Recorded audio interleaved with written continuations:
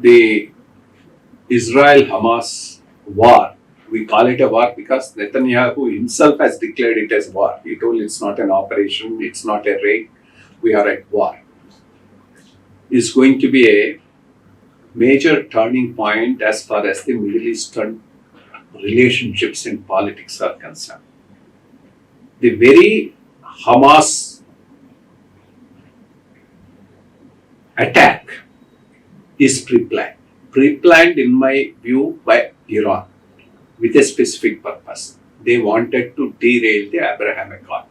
This Abraham Accord, which has started with during the time of Donald Trump, tried to reconcile the Arab world with Israel and build up relationships. And some of the states have already got into a relationship with Israel. But more importantly, the main and the biggest country, that is Saudi Arabia, has also shown an inclination to have full-scale relationship, both economic, diplomatic, otherwise, with Israel, and those talks are at an advanced stage.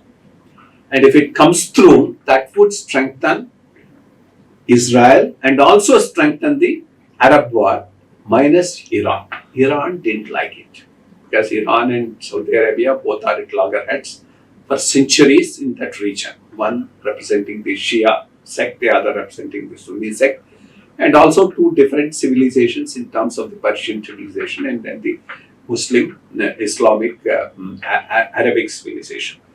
So definitely this particular attack is pre-planned with an intention of derailing this Abraham Accord, which was more or less likely to be concluded between Saudi Arabia and Israel. And now Saudi Arabia has declared that it's not going to go through with this accord for the time being, which is a setback.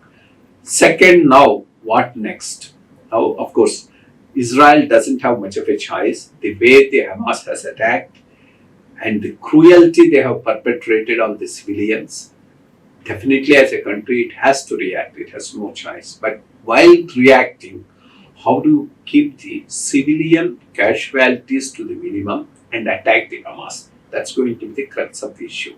And it's a very difficult thing because there's nothing like a Hamas which is operating from Gaza away from the civilians. Hamas is something which is intermingled with the civilians there. It's there everywhere. It's there along with the civilians. So there's no way they can target the Hamas excluding the civilians. And that's creating all the problems. Now they are all geared up for an offense against Gaza, a ground offense.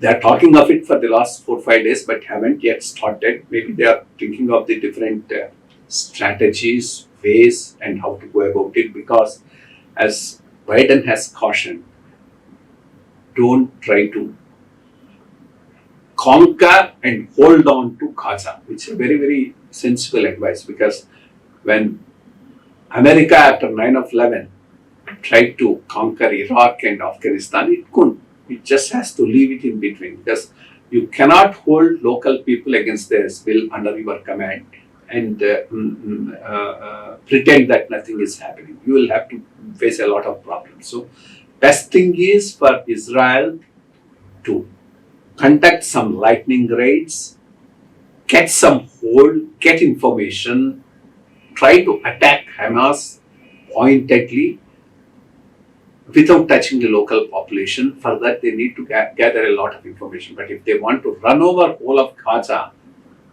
that may get them into serious problems, because who knows what Hamas has already planned for them there. If they could not get intelligence of that particular attack, they may not have any intelligence of what Hamas is doing in Gaza.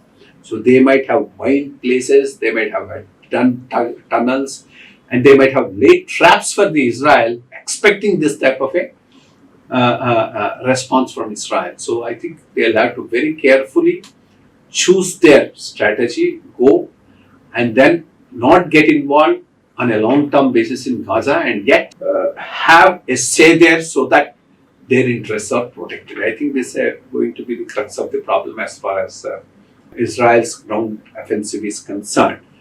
And of course, if the Arab world really wants, Palestinian problem is no problem at all because they're all rich. They have a lot of money coming out of oil and another 20, 30 lakhs of population somewhere, pre-settlement and then taken care of is not a major issue. But that's not a solution which the Arab countries will look towards. Whether it was problems in Syria, problems in Western Africa, or in Iraq, or in Afghanistan, all the refugees go over to Europe and Europe accepts them. No refugee comes to the Gulf countries. No Gulf country which talks of Ummah and all these things accepts even one person from any other country, even if he is a Muslim into their country. So that's the peculiarity of the Arabic countries who talk of the religion as a binding threat. It's only a binding threat notionally, but tested.